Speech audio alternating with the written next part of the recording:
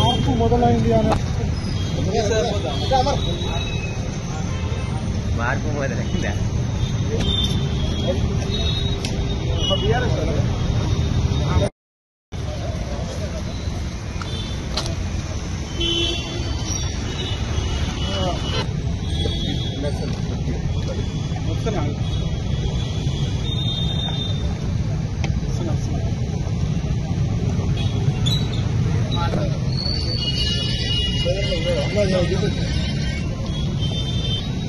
ఒక సోషల్ మీడియాలో ఈ విధంగా జరుగుతుంది చర్చ అని నాకు వాళ్ళు లింక్ పంపగానే నేను ఓపెన్ చేసి చూడగానే ఏం జరుగుతుందంటే మార్పు మొదలైందనే ఒక సోషల్ మీడియా హ్యాండిల్ అపన్నహస్తం అని కాంగ్రెస్ చేయి గుర్తు ముద్ర వేసిన కాంగ్రెస్ హ్యాండిల్లో నా పేరు మీద ఎందుకోసం అంటే మంగ్లీ గారు ఏదైతే మొన్న రాత్రి నుంచి జరుగుతూ ఉందో మంగ్లీ గారు ఇచ్చిన పార్టీలో నా విధంగానే ఒక వ్యక్తి అక్కడ నిలవడం జరిగింది. మీకు చూపిస్తా ఉన్నా ఇలాంటి ఫోటోను చూపించి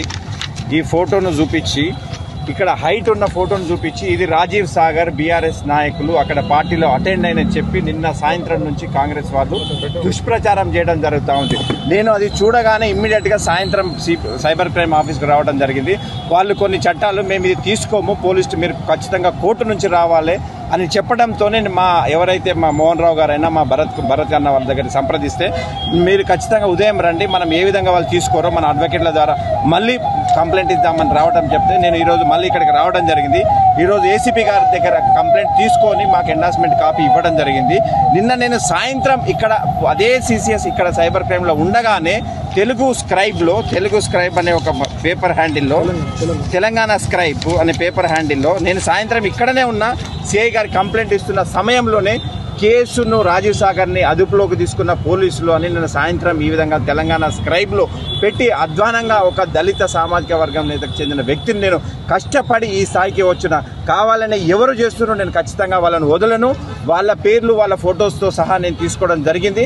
వాళ్ళు ఖచ్చితంగా నేను శిక్ష చేయాలి. వాళ్ళు ఎవరు దీని వెనుక ఉండి నా మీద బురద జల్లాలని ప్రయత్నిస్తున్నారో నేను వాళ్ళని మాత్రం ఖచ్చితంగా వదలను. పార్టీ నాకు అండగా ఉండేది. పార్టీ నుంచి అడ్వకేట్లు గారు ఏదైతే లక్ష్మణ్ గారు కావచ్చు, భాస్కర్ గారు కావచ్చు, ఇంకో వేరే అడ్వకేట్లు అందరూ కూడా వచ్చి పార్టీ నాకు అండగా ఉంది. ఖచ్చితంగా ఇలాంటి ఇంకా రాబోయే రోజుల్లో మా మీద జరుగుతుంది. రేవంత్ రెడ్డి గారికి ఒకటే చెప్తాను, మీరు కొట్లాడేది ఉంటే డైరెక్ట్ కొట్లాడుకోండి.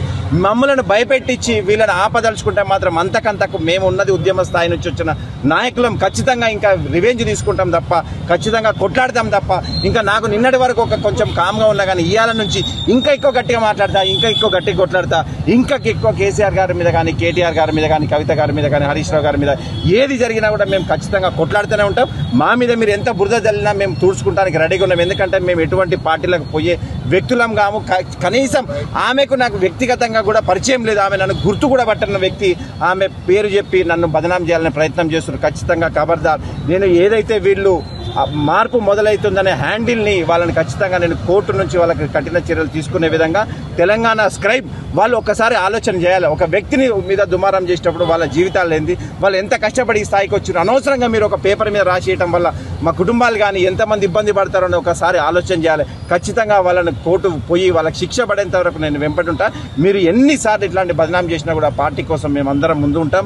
నా కోసం ఇది జరిగిన కానించి నిన్న సాయంత్రం నుంచి నాతో వచ్చినటువంటి మిత్రులు పల్లె రవికుమార్ కావచ్చు, రామచంద్ర నాయక్ కావచ్చు, అన్న సాల్మన్ గారు కావచ్చు, ప్రశాంత్ గారు, విక్రాంత్ రెడ్డి, ఇంకా ఉన్నటువంటి మిత్రులందరూ నర్సన్న, ఉపేందర్ రావు, వీళ్ళందరూ కూడా నాతో పాటు ఇక్కడికి వచ్చి నాతో పాటు ఉండి నాకు ధైర్యం చెప్పి ఖచ్చితంగా కొట్లాడదామని ఇచ్చిన మిత్రులందరికీ, అదేవిధంగా పార్టీ సీనియర్ నాయకులందరూ కూడా పార్టీకి అండగా ఉంటున్నందుకు అందరూ కూడా మరొకసారి కృతజ్ఞతలు తెలియజేస్తూ ఇది చివరి వరకు నేను కొట్లాడతా. ఏది ఎంతవరకు వీళ్ళను నాకు వాళ్ళ ఫొటోస్ సహా నేను సంపాదించినా వాళ్ళు ఖచ్చితంగా పోలీసు వారికి ఏ విధమైన ఇన్ఫర్మేషన్ కావాలని అవన్నీ ఇస్తా ఉన్నాం.